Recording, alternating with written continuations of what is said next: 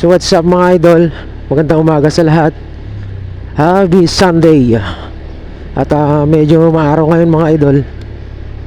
At yun nga, pupunta tayo sa may Pandawan ngayon. At bibili tayo ng mauulam natin. Yung sariwang isda mga idol, bagong huli. Supposed to be kanina pa tayo nandito eh. Kaso nga lang, ngayon ko lang napag-isip-isip pagka hatid ko kay partner dun sa trabaho niya. Napag-isip-isip ko na rin na diretso dito para bumili ng pang-ulam. Mga bagong uling isda mga idol. Bagong bagsak na isda galing sa dagat. Fresh na fresh. So andito na tayo mga idol sa may Pandawan. Maghanap na lang tayo ng mga parkingan mga idol. Saan ka tayo pwedeng mag-park dito? Tanghali na kasi mga idol.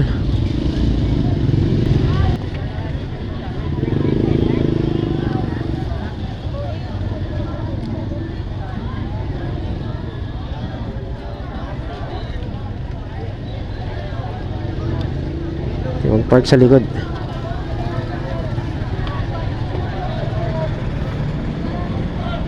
Sarap bangus.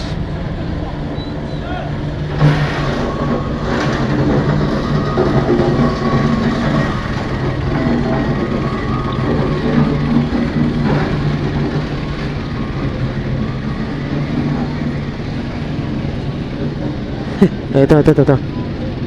Dito tayo. Yun.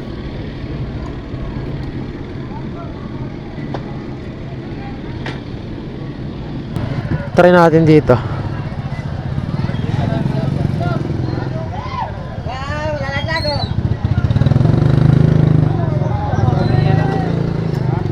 Ay, bangos.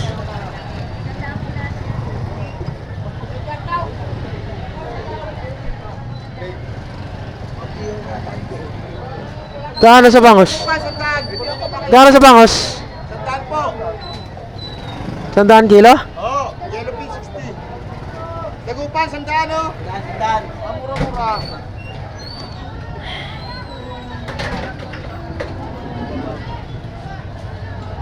Sap.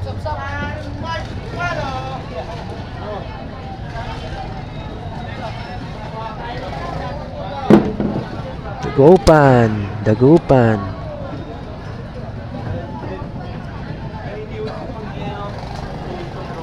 Tawas. Teka lang.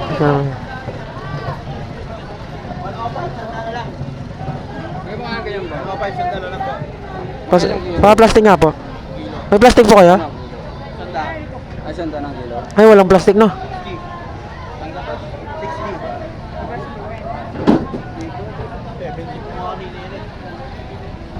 Tandaan. Tandaan niya kaya. So 105 mga idol. Tapos 100 na lang siya. Dagupan, bangus.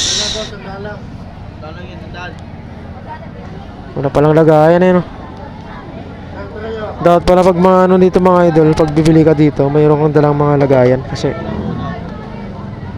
wala silang mga plastic.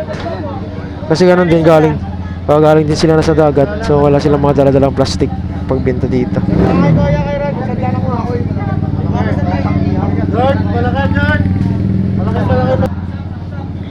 Ayun na, tinuturo! Ito, tipahin mo na yan. Sumingi sa tinuturo.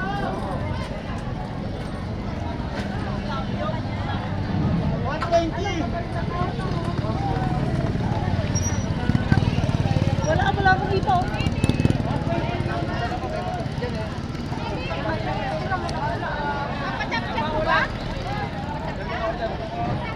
Hanap tayo ng pusit mga idol kung meron. Ano pa kayong pusit? Woohoo! Dahil pa mga isda mga idol oh.